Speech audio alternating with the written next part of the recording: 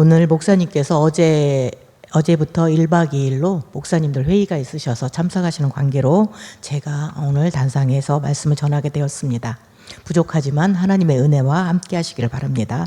고린도전서 10장은 이스라엘 민족이 출애굽 과정에서 겪는 경험을 본보기로 하여 고린도 교회의 신앙에 권면을 하고 있습니다.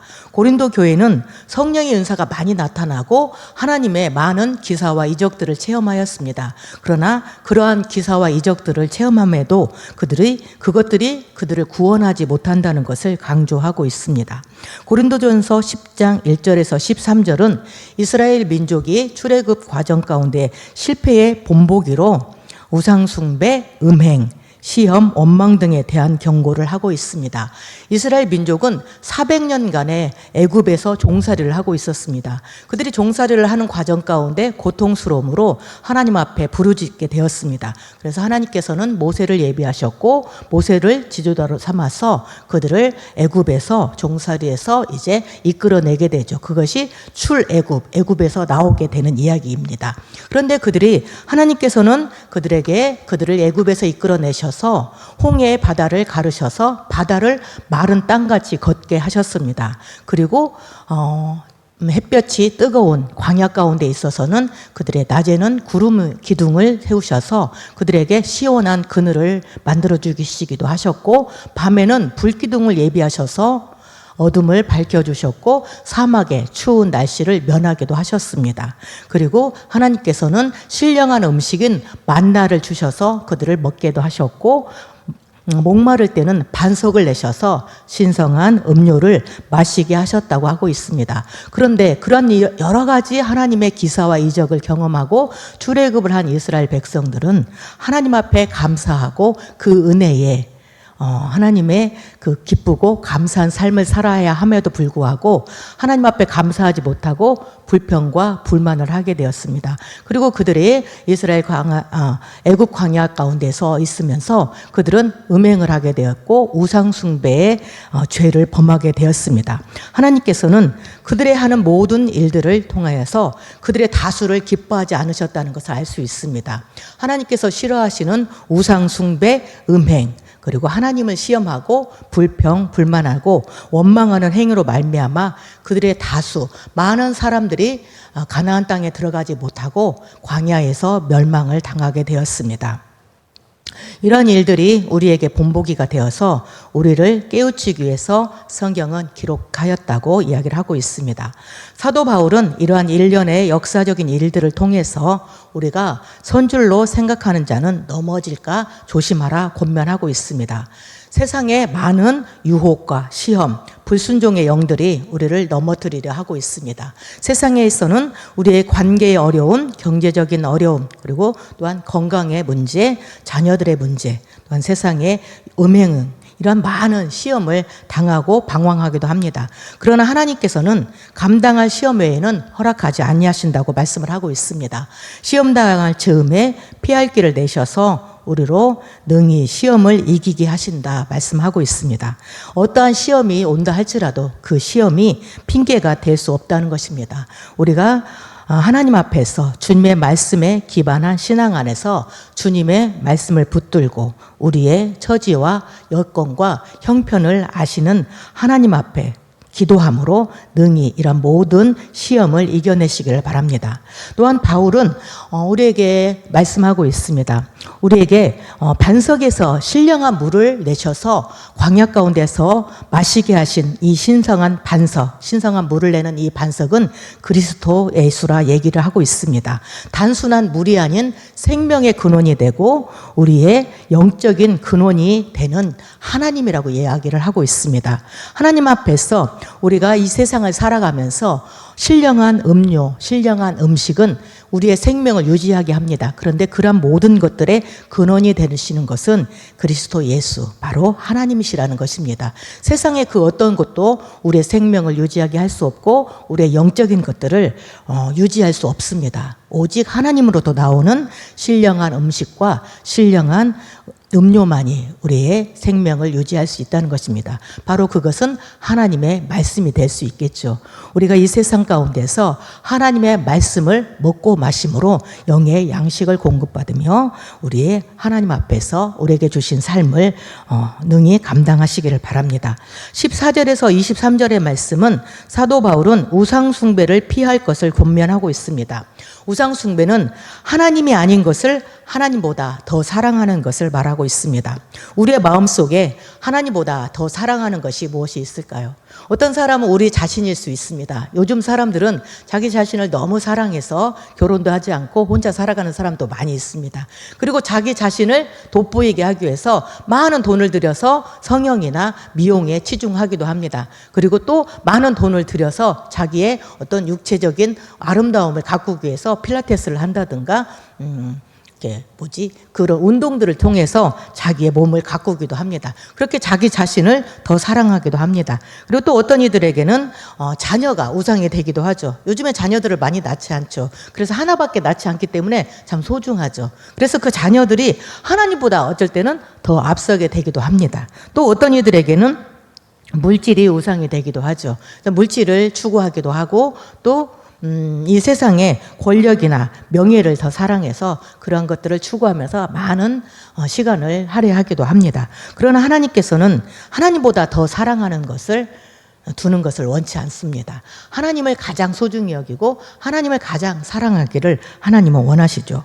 사도 바울은 하나님 안에서 성도된 우리는 성찬의 축복의 잔과 떡을 땜으로 그리스도의 몸과 피에 참여하는 그리스도 안에서 하나된 지체라고 설명을 하고 있습니다. 그래서 우상의 제사에 참여하는 것은 그리스도와 함께 하지 못한다고 말을 하고 있습니다. 우상 숭배하는 자들은 우상, 곧 귀신의 제사함으로 하나님께 제사하는 것은 아니니 하나님과 교제하는 것이 아니라고 이야기를 하고 있습니다. 하나님과 교제하는 것이 아니면 귀신과 교제하는 것이 되는 것이죠. 그 귀신과 교제하는 것을 경고하고 있습니다. 우리는 하나님이 싫어하는 어둠의 일들을 버리고 하나님을 기쁘시게 하고 영광 돌릴 수 있는 주의 자녀요 성도임을 기억하시기를 바랍니다. 우리 주변에는 이러한 많은 우상 숭배와 어둠의 영들과 교제하는 일들을 흔히 접할 수 있습니다. 점을 본다든가 또 젊은이들이 대학가에서 파고드는 타로나 운세를 본다든가 이러한 것들도 우상 숭배의 한 일환이라고 볼 수 있겠습니다. 또한 우리가 영화나 방송 매체를 통해서 너무 쉽게 샤머니즘이나 귀신들의 이야기를 접할 수 있습니다. 이러한 대중문화에 대해서 우리는 경각심을 가지고 대항해야 하겠습니다. 말씀 안에서 분별하고 기도함으로 하나님의 기뻐하시고 온전하신 뜻이 무엇인지 깨달아야 하겠습니다. 기도와 복상을 통해서 하나님과 교제함으로 이러한 우상 숭배의 죄에서 우리를 정결하게 지켜가시기를 바랍니다. 하나님께서는 우상 숭배를 가장 싫어하십니다. 우리는 거리낌 없이 점을 본다든가 또 이렇게 재미삼아 오늘의 운세 이런 것들에 이렇게 신문을 본다든가 그런 것서 그런 쉽게 접하기도 합니다. 하지만 그러한 것들을 통해서 우리도 모르는 사이에 우상 숭배의 죄에 빠질 수 있다는 것입니다. 경계해야 되겠죠. 저희 딸이 지난주에 학교에서 대학교 축제가 있었다고 해요. 그런데 축제 가운데는 여러 먹을 것도 있고 축제니까 공연도 하고 그러죠. 그런데 우리 딸이 와가지고 엄마 친구가 재미삼아서 우리 타로 점을 보러 가자고 그래서 점을 봤어. 가서 사주를 봤는데 어쩌고 저쩌고 막 이야기를 하더라고요. 그래서 제가 엄마에게 얘기했어요. 그건 귀신이 하는 거야. 너의 운세를 왜 하나님 앞에 묻지 않고 그러한 세상에 엉뚱한 곳에 가서 묻고 있는 거야. 쓸데없는 돈을 내면서. 자, 우리는 그런 것들을 그냥 재미삼아 좀 재미삼아서 사주를 본다든가 오늘의 운세를 본다든가 이런 것을 합니다. 그런데 하나님께서는 아주 굉장히 싫어하시는 우상 숭배입니다. 그 또한 우리의 운세, 우리의 어떤 이러한 모든 나아갈 일들 이러한 것들은 그러한 사람들이 알려주는 것이 아닙니다. 우리의 모든 인생의 길을 인도하시고 인생의 길을 여시는 분은 여호와 하나님이십니다. 하나님 앞에 기도함으로 하나님의 말씀 안에서 우리의 인생의 모든 문제를 헤쳐나가시기를 바랍니다. 하나님 앞에 기도하고 하나님 앞에 우리가 간구할 때에 우리의 모든 처지와 여건과 형편을 아시는 하나님께서 우리의 진로의 길을 열어주시고 우리의 모든 문제를 해결할 수 있는 힘과 지혜와 용기를 주시리라 믿습니다. 자, 23절에서 33절까지의 말씀을 한번 보도록 하겠습니다. 여기 굉장히 중요한 말씀이 나오는데요. 23절의 말씀을 한번 보도록 하겠습니다. 23절에 모든 것이 가하나 모든 것이 유익한 것은 아니요 모든 것이 가하나 모든 것이 덕을 세우는 것이 아니니라고 기록을 하고 있습니다. 모든 것이 가하나 이 말은 모든 것을 할 수 있는 자유가 있다는 말입니다. 모든 것을 할 수 있는 자유가 있으나 우리가 하는 모든 말이나 행동들이 모두에게 유익한 것이 아님을 말하고 있습니다. 그리고 개인의 자유보다 공동체의 유익과 덕을 세울 것을 권면하고 있습니다. 바울은 그러한 권면을 하면서 시장에서 파는 음식을 먹는 것을 예로 들고 있습니다. 사도 바울의 시대에는 시장에서 파는 대부분의 음식이 우상에게 제사를 지내고 난 다음에 시장에 유통되었습니다. 그래서 시장에서 파는 대부분의 모든 음식들은 우상에게 제사를 지낸 것이라고 생각을 할 수 있습니다. 그런데 그러한 것들을 먹지 않는다면 우리가 먹을 것이 별로 없겠죠. 그래서 사도 바울은 이야기를 하고 있습니다. 시장에서 파는 음식을 너희의 양심에 꺼리낌이 없다면 그것을 먹어도 괜찮다. 왜냐하면 땅과 거기에 충만한 모든 것들이 주의 것이기 때문이라고 26절에 기록을 하고 있습니다. 땅에 있는 모든 것들이 주님의 것이기 때문에 우리가 양심의 거리낌이 없이 먹을 수 있다고 이야기를 하고 있습니다. 그리고 믿지 않는 이웃이 우리를 초대해서 음식을 대접할 때에 그것을 양심을 묻지 말고 먹어라 이야기를 하고 있습니다. 그렇죠. 우리를 이 세상 가운데서 믿지 않는 불신자들과 교제를 하고 있죠. 믿지 않는 불신자들이 우리를 초대해서 음식을 대접하는데 우리가 그곳에 가서 먹지 않는다면 어떻게 되겠습니까? 굉장한 신뢰가 되겠죠. 그때에는 그것을 양심을 거리낌 없이 먹어도 된다. 그런데 누군가가 너에게 저 음식이 우상의 제물이다. 그것을 말하고 알게 한다면 먹지 말아라 이야기를 하고 있습니다. 왜냐하면 그것이 그 말을 하지 않았을 땐 내가 하나님 앞에 양심에 거리낌 없이 먹지만 그것이 우상의 제물이라고 말하고 그것을 알게 하는 그 순간에는 그것을 알게 한 그 사람의 양심을 위해서 먹지 말라고 권면을 하고 있습니다. 왜냐하면 우리가 우상의 제물을 먹음으로써 우상 숭배에 참여하는 동참하는 그러한 일이 되기 때문입니다. 믿음이 없거나 초신자 또 불신자들이 그것을 봤을 때 저 사람이 우상의 제물을 먹네? 그러면서 비방거리가 될 수도 있기 때문입니다. 그리고 또 불신자들이 우상의 제물을 먹어도 되는구나. 저 사람도 먹는데 나도 먹어도 되는구나. 그리고 우상 숭배에 같이 동참해도 되는구나. 이러한 우려가 있기 때문에 그것을 위해서 먹지 말라고 권면을 하고 있습니다. 우리 하는 모든 행동들이 하나님 앞에서 자유합니다. 우리는 양심의 거리낌 없이 우리의 자유를 따라서 이것도 할 수 있고 저것도 할 수 있습니다. 그러나 그러한 모든 것들이 다 유익한 것은 아니라고 이야기를 하고 있습니다. 우리 하는 말이나 행동이 하나님 앞에서 거리낌 없이 할 수 있으나 그 모든 것들이 개인의 유익이 아닌 공동체의 유익을 위해서 그리고 공동체의 덕을 세우기 위해서 하라고 이야기를 하고 있습니다. 지난 주일에 목사님께서 술과 담배에 대해서 말씀하신 것도 이러한 같은 맥락이라고 이해할 수 있겠습니다.